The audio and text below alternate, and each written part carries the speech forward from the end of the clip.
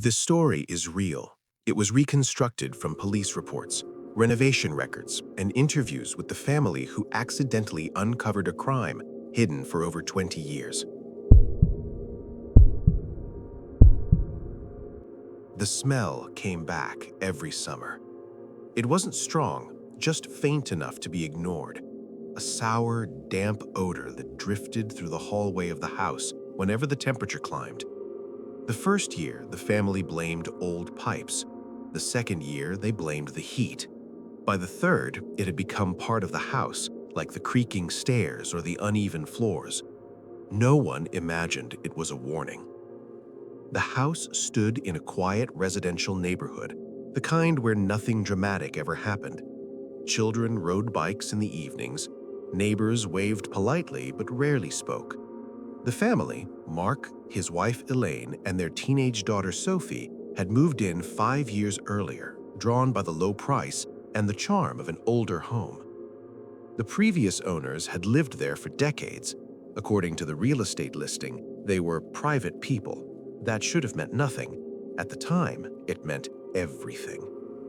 It was during the fourth summer that the smell changed. It became heavier, warmer. It clung to the air, especially near the hallway wall that separated the living room from the spare bedroom. Elaine noticed it first while folding laundry. "Do you smell that?" she asked. Mark sniffed the air. "Yeah, it's probably mold." They called a plumber. He checked the pipes and shrugged. Nothing was leaking. They tried air fresheners, dehumidifiers, even repainting the hallway. For a while, it faded, but it always came back. Sophie started complaining that her room felt colder than the rest of the house. She said the wall behind her bed felt damp. When Mark pressed his palm against it, the wall felt normal, solid, and dry. Still, something felt off. The decision to renovate wasn't driven by fear, it was practical.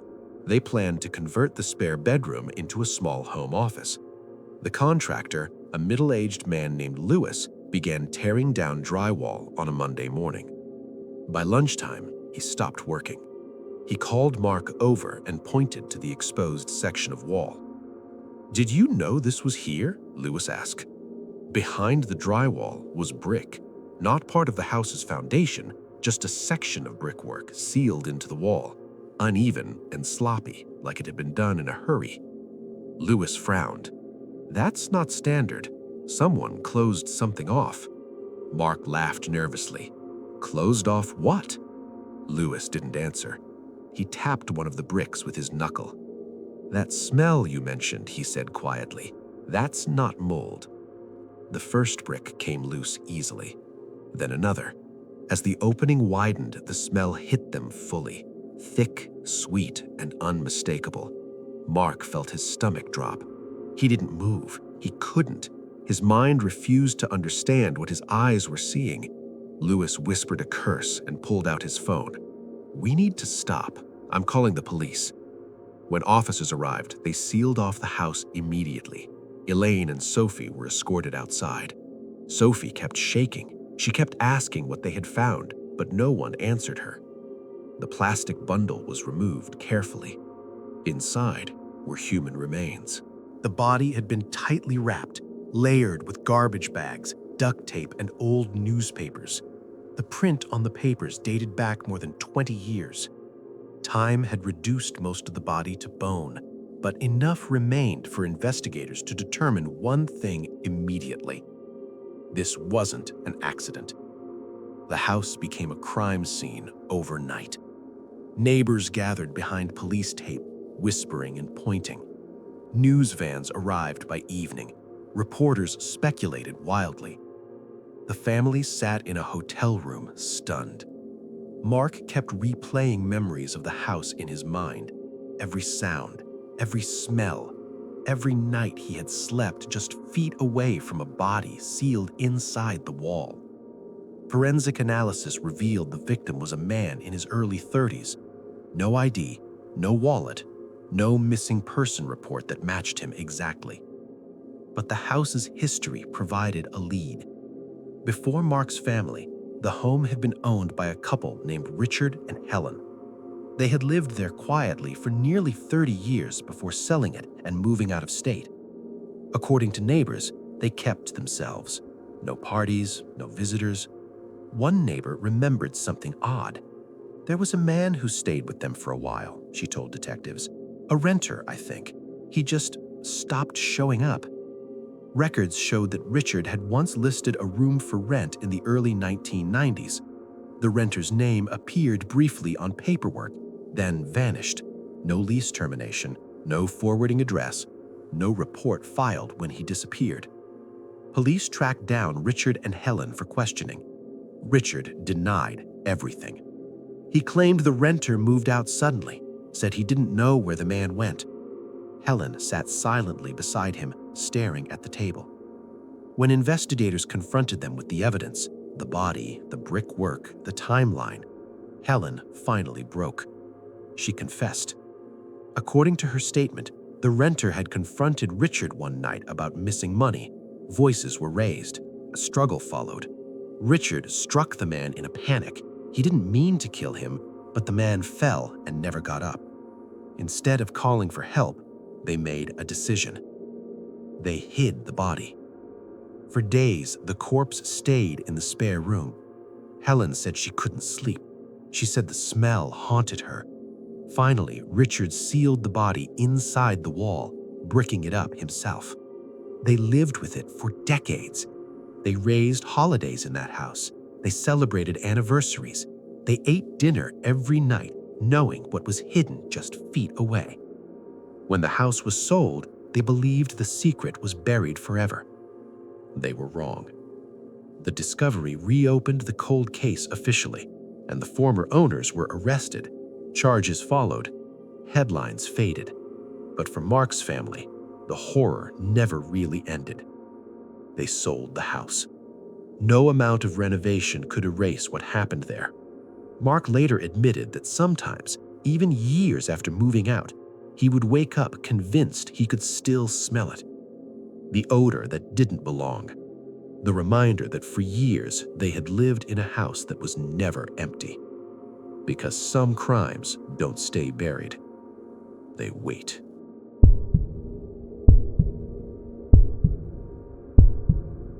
Before we begin, if you're enjoying these kinds of real, disturbing stories, let me know in the comments.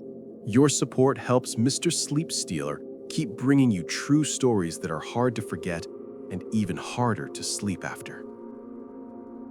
The toy wasn't supposed to do that. It was a soft, pastel-colored teddy bear with stitched-on eyes and a crooked smile. The kind you press once and it plays a short lullaby before falling silent again. Nothing about it seemed unusual, especially not to Rachel, who bought it secondhand from a local charity shop for $5. Her son loved it immediately. Every night, the bear sat beside his pillow, its fabric worn smooth by small hands. When pressed, it played a gentle melody, then went quiet. For weeks, nothing was wrong. Until one night, long after the house had fallen asleep, Rachel heard it activate on its own. At first, she thought she was dreaming. The sound came faintly through the baby monitor, soft static, then a voice. Not the music, a voice. She sat up in bed, heart racing, listening closely. "I didn't mean to," a man whispered. Rachel froze. The voice was distorted, crackling through the cheap speaker, but unmistakably human. She stared at the monitor, waiting for the sound to stop. It didn't. "There's blood everywhere," the voice continued. Rachel rushed down the hallway and burst into her son's room. The teddy bear sat untouched beside him. Her son slept peacefully, unaware. The bear was still talking. Rachel grabbed it and pressed the button again. The voice cut out instantly. Silence. She stood there shaking, trying to convince herself it was a malfunction, some crossed signal, a radio frequency, anything but what it sounded like. The next day, she told her husband, Mark. He laughed it off. Probably a recording glitch. Those toys are junk. Still, Rachel couldn't bring herself to give the bear back to her son. That night, after everyone was asleep, she took the teddy bear into the kitchen and pressed the button again. At first, nothing happened. Then, the static returned. "I can't keep doing this," the same male voice said. "It's not going to stay hidden." Rachel dropped the bear. She recorded the audio on her phone, hands trembling, then shut the toy off completely by removing the batteries. The next morning, she contacted the store where she bought it. The manager was confused. The toy hadn't come from their donation bin. It had been found in a sealed box dropped off anonymously after hours. No receipt, no donor information. Rachel brought the toy to a local electronics repair shop. What the technician found made her stomach turn. Inside the teddy bear was a small recording module, not just a speaker, but internal memory. Hours of audio had been saved onto it. Not children's voices, not music. Arguments, crying, and one recording labeled only with a date. That date matched a missing person case from 3 years earlier. A woman named Elena Torres had vanished from her apartment after neighbors reported a loud argument. Police searched the home but found no evidence of a crime, no body, no suspect. The case went cold until a child's toy started talking. Rachel handed everything over to the police. Forensic audio specialists cleaned the recordings. What they uncovered was deeply disturbing. The voices belonged to two people, a man and a woman. Their argument escalated over multiple recordings, accusations, shouting, pleading. In the final audio file, there was a loud impact, a scream cut short, and then silence. Then the man's voice returned. "I messed up. I didn't think it would go this far." Police traced the toy's internal components to a specific manufacturer and batch. That batch had only been sold in one city, Elena's city. Detectives reopened the case. They tracked the toy's origin to Elena's former apartment complex. After re-interviewing residents, they learned that Elena's boyfriend had worked briefly as an electronics hobbyist. He often modified toys and gadgets, bragging about hiding recordings in unexpected places. When questioned, the boyfriend denied everything, until he was confronted with the audio. The voice matched. Confronted with the evidence, he broke down. He admitted that during a fight, he pushed Elena. She hit her head. Panicking, he recorded his thoughts out loud, pacing the apartment, not realizing his modified teddy bear was still capturing everything. He hid the body elsewhere, details the public would never fully learn. Years later, racked with guilt, he donated the toy anonymously, hoping to get rid of it without destroying it. Instead, it found its way into a child's bedroom. Rachel's family moved shortly after the trial. She couldn't stand the sound of toys anymore. Any electronic noise at night made her chest tighten. Sometimes, she wondered how many objects around us were holding on to memories they weren't meant to keep. Because some evidence doesn't look like evidence at all. Sometimes, it looks like a toy.